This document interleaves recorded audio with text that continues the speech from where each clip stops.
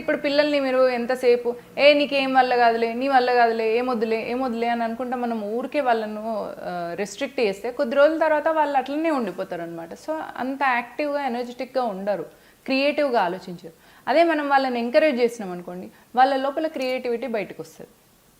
హిందూ సమాజం వల్ల జరిగింది ప్రాబ్లం ఏంటి అంటే, ఈ బ్రిటిష్ వెళ్ళిపోయిన తర్వాత బ్రిటిష్ బూట్ లిక్కర్స్ని ఇక్కడ వాళ్ళు ప్లాంట్ చేసి వెళ్ళిండ్రు.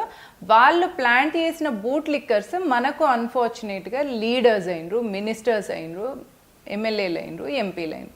అయిపోయేసరికి వాళ్ళ స్ట్రాటజీని, వాళ్ళ ఐడియాలజీని వీళ్ళు కంటిన్యూ చేస్తూ మన మీద అదే చేయడం వల్ల మనం ఇంకా కూడా అదే నిర్లిప్తతో ఉన్నాం. స్కూల్కి వెళ్ళగానే బొట్టు తీసేయండి, గాజులు తీసేయండి అని ఎవరన్నా మాట్లాడితే, పోంతి పాపం స్కూల్ కదా పిల్లలు తీసేయని ఇంట్లో పెట్టిన అని మీరు అనుకోకుండా, తల్లిదండ్రులు దయచేసి మీరు కూడా స్కూల్కి పోయి వాళ్ళ ముందే బొట్టు ఇవి పెడితేనే మేము అలో చేస్తాం, పంపిస్తాము, లేకపోతే పంపించాం, నీ స్కూల్ మూసుకో అని చెప్పేసి ఇంటికి రండి.